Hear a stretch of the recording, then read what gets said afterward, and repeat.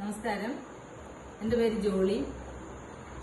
ഞാനിന്ന് നമ്മുടെ മാർക്കറ്റിൽ കിട്ടുന്ന ചില പാഡും നമ്മുടെ DXന്റെ പാഡും തമ്മിൽ ഉള്ള വ്യത്യാസം നിങ്ങൾക്ക് മനസ്സിലാക്കി തരാൻ വേണ്ടിയിട്ട് ഒരു എക്സ്പെരിമെന്റ് നടത്താൻ വേണ്ടിയിട്ടാണ് നമ്മളിപ്പോൾ ഇവിടെ നിൽക്കുന്നത്. മാർക്കറ്റിൽ നമുക്ക് പലതരത്തിലുള്ള പാഡുകളിൽ നിന്ന് സുലഭമാണ് അല്ലേ? അപ്പൊ അതിൽ നിന്ന് ഒരു 2 പാഡ് ഞാനിവിടെ കാണിക്കുകയാണ്.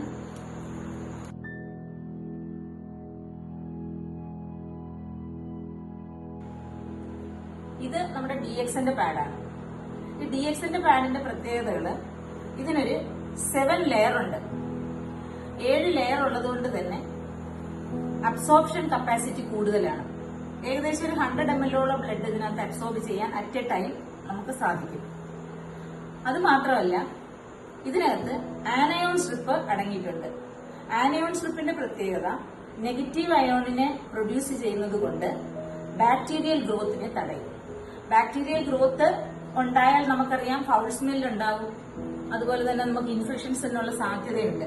അപ്പൊ ഈ ആനയോൺ സ്ട്രിപ്പ് ഇതിനകത്ത് ഉള്ളതിനാല് ആ 2 കാര്യങ്ങളും നമുക്ക് ഒഴിവാക്കാനായിട്ട് പറ്റും. ഫൗൾ സ്മെല്ലും ഉണ്ടാവില്ല, അതുപോലെ തന്നെ നമുക്ക് ഇൻഫെക്ഷൻ ഉള്ള സാധ്യതയും വളരെ കുറവാണ്. അടുത്തായിട്ട് നമുക്ക് ഇതിന്റെ ആ ഒരു പരീക്ഷണം നമുക്കൊന്ന് നടത്തി നോക്കാം.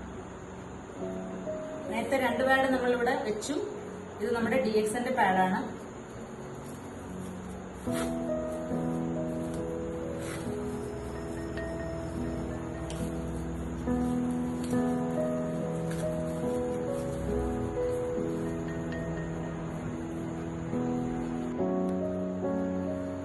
ഇതാണ് ആനയോൺ സ്ട്രിപ്പ്. നമുക്ക് പാഡ് എടുത്ത് നോക്കുമ്പോൾ തന്നെ നമുക്ക് ആ സ്ട്രിപ്പ് നമുക്ക് കാണാനായിട്ട് കഴിയും. ഇതാണ് നെഗറ്റീവ് അയോൺ പ്രൊഡ്യൂസ് ചെയ്യുന്നത്. ഇനി നമ്മൾ അടുത്ത് ചെയ്യാൻ പോകുന്നത്, ഈ 3 പാഡിലും ഈക്വൽ ആയിട്ട് നമ്മൾ വെള്ളം ഒഴിക്കാൻ പോവുകയാണ്. ഒരു മെഷറിംഗ് കപ്പുണ്ട്. ഒരു 30 ml ലിക്വിഡ് നമുക്ക് ഇതിനകത്ത് ഒഴിക്കാം ഓരോന്നിലും.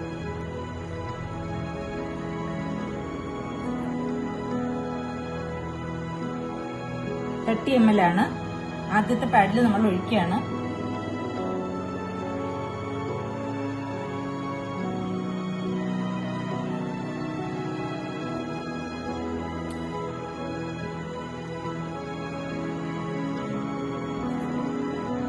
അടുത്തത് 2ാമത്തെ പാഡിൽ ഒഴിക്കുന്നു.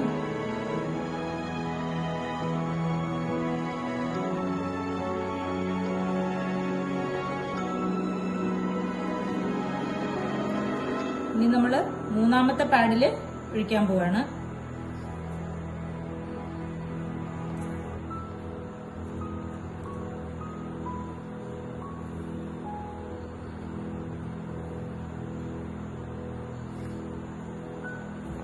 മൂന്ന് പാഡിലും നമ്മള് ഒരേ അളവില് വെള്ളം നമ്മൾ ഒഴിച്ചിട്ടുണ്ട്. ഇനി അത് ഒരു അബ്സോർപ്ഷൻ ഒരു ശകല സമയം നമ്മൾ കൊടുക്കണം. അതിനുശേഷം നമുക്ക് ബ്ലോട്ടിംഗ് പേപ്പർ വെച്ചിട്ട് ഇതിനകത്തുനിന്ന് എത്രത്തോളം ആ പേപ്പറിൽ നമുക്ക് വെള്ളം വരുന്നു എന്ന് നമുക്ക് നോക്കാം.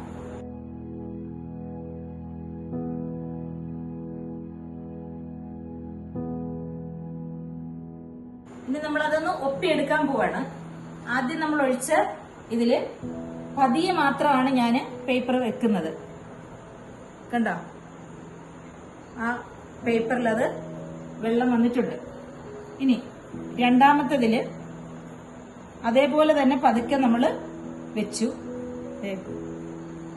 കണ്ടല്ലോ. ഇനി 3ാമത്തെ പാഡില് അതിലും അതുപോലെ തന്നെ നമ്മൾ വെച്ചു. കണ്ടോ, ഇതിനകത്തൊരു ശകലം പോലും വെള്ളം ഈ പേപ്പറിൽ നമുക്കില്ല. അതാണ് നിങ്ങളോട് ഞാൻ ആദ്യം പറഞ്ഞത്, ക്വിക്ക് അബ്സോർപ്ഷൻ ആണ്. നമ്മുടെ സ്കിന്നുമായിട്ട് കോണ്ടാക്ട് വരുന്ന ഈ ഒരു ഫസ്റ്റ് ലെയർ പെട്ടെന്ന് ഡ്രൈ ആവും. അപ്പൊ നമുക്ക് നല്ലൊരു ഫീലിംഗ്, ആ ഉപയോഗിക്കുന്ന വ്യക്തിക്ക് ഒരു വെറ്റ് ഫീലിംഗ് ഒരിക്കലും തോന്നില്ല. അത്രയ്ക്ക് പെർഫെക്റ്റ് ആണ് ഇതിന്റെ ഫസ്റ്റ് ലെയർ. അപ്പം ആ ഒരു പരീക്ഷണത്തിൽ നിങ്ങൾക്കിത് മനസ്സിലായല്ലോ. അത് 3. ഇനി അടുത്തതായിട്ട് ഇനി നമ്മൾ ചെയ്യാൻ പോകുന്നത്, നമുക്ക് പാഡിലേക്ക് ബ്ലഡ് അബ്സോർബ് ചെയ്ത് കഴിയുമ്പോൾ അതിന്റെ എമൗണ്ട് കൂടുമ്പോൾ അത് ഒരു ഓവർഫ്ലോ, ലീക്കേജ് കാണിക്കുമല്ലോ. അപ്പം DXന്റെ പാഡ് ഞാൻ പറഞ്ഞു ലീക്കേജ് ഏറ്റവും ഇല്ല എന്നാണ്. ലീക്കേജ് ഇല്ലാത്ത ഒരു പാഡാണ് DXന്റെ പാഡ്. മറ്റു പാഡുകൾ എങ്ങനെയാണെന്ന് നമുക്ക് നോക്കാം. ആദ്യം നമുക്ക് ഈ പാഡ് തന്നെ എടുക്കാം. ഓവറായിട്ട് നമുക്ക് ഇതിനകത്ത് ബ്ലഡ് കളക്ട് ചെയ്ത് കഴിയുമ്പോൾ പുറത്തേക്ക് വരാൻ സാധ്യതയുണ്ടല്ലോ. അങ്ങനെ ഉണ്ടെങ്കിൽ നമുക്ക് ഇത് പിഴിയുമ്പോൾ നമുക്ക് ഇതിനകത്ത് വെള്ളം വരും. ഉണ്ടാവും. ഇത് ലീക്കേജ് വരും എന്നുള്ളതിന് തെളിവാണ്.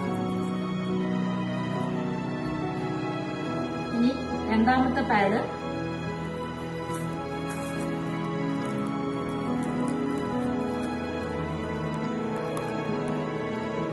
അതിലും ലീക്കേജ് ഉണ്ട്.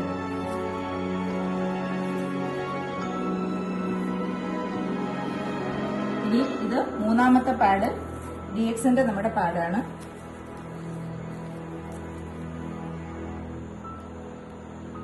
ഇത് ഞാൻ എത്രത്തോളം അമക്കുന്നു എന്ന് നിങ്ങൾക്ക് എന്റെ കയ്യില് ഞാൻ എത്രത്തോളം ബലം ഞാൻ പിടിക്കുന്നു എന്നുള്ളത് നിങ്ങൾക്ക് നോക്കിയാൽ മനസ്സിലാവുന്ന കാര്യമാണ്. ഞാൻ ഇത്രയും അമക്കിയിട്ടും ഒരു തുള്ളി പോലും ഇതിനകത്തുനിന്ന് പുറത്തേക്ക് വന്നിട്ടില്ല വെള്ളം. ഞാൻ നല്ലതുപോലെ സ്ക്വീസ് ചെയ്ത് പിഴിയാണ്. എന്നിട്ട് ഒരു തുള്ളി പോലും വെള്ളം വരുന്നുണ്ടോ നിങ്ങൾ നോക്കിക്കോളൂ. ഇതാണ് DXന്റെ പാഡ്. ഇതാ ഇത്രയും അമർത്തിയിട്ടും വെള്ളം വരുന്നില്ല, പുറമേക്ക് ഒരു തുള്ളി പോലും വെള്ളം വരുന്നില്ല. അതാണ് ഈ രണ്ടിനകത്തും വെള്ളം വന്നു. ഇനി നമുക്കിതൊന്ന് ഓപ്പൺ ആക്കി നോക്കാം. ഇത്രയും ലീക്കേജ് വന്നിട്ട് പാഡിന്റെ അവസ്ഥ എങ്ങനെ ഉണ്ടെന്ന് ഉണ്ടോ. ഈ പാഡ് എന്നിട്ട് നോക്കുമ്പോഴും അതിന്റെ രീതിക്ക് വ്യത്യാസം വരുന്നില്ല. ഇതുപോലെ തന്നെയാണ് ആ പാഡ്. ഇനി അടുത്ത പാഡ് നമുക്കൊന്ന് നോക്കാം. കുറച്ച് ചുളുക്കമാണിത്. ഇനി ഉണ്ടോ. ഇനി ഇതിനകത്തെ നമുക്ക് ലെയേഴ്സ് ഒന്ന് നോക്കാം.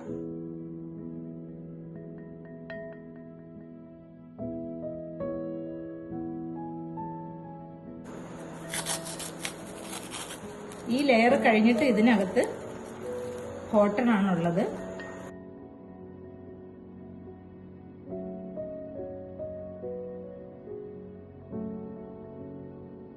അതുപോലെ തന്നെയാണ് ഇതും.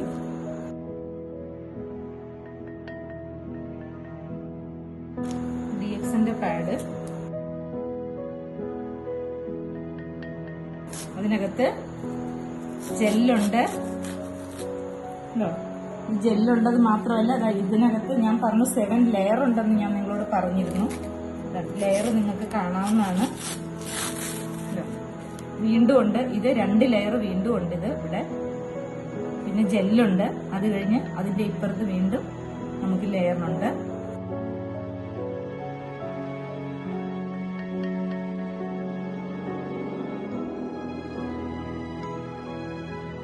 ഇതും 2-3 ലെയറാണ് ഇവിടെയും കാണുന്നത്. ഞാനത് എടുക്കുന്നേ ഉള്ളൂ. അതിനകത്താണ് ഏറ്റവും പുറമേ ഉള്ള പാളിയിലാണ് നമ്മുടെ അണിയൻ സ്ട്രിപ്പ് ഇരിക്കുന്നത്, ഏറ്റവും ടോപ്പിലുള്ളത്. ഇതാണ് DXന്റെ പാഡ്. ഏറ്റവും പുറമേ ഉള്ള പാളിയിലാണ് ആനയോൺ സ്ട്രിപ്പ് ഇരിക്കുന്നത്. ഫൗൾ സ്മെൽ ഉണ്ടാവില്ല. അതുപോലെ ഇത് കറക്റ്റ് ഫിറ്റിംഗ് ആണ്.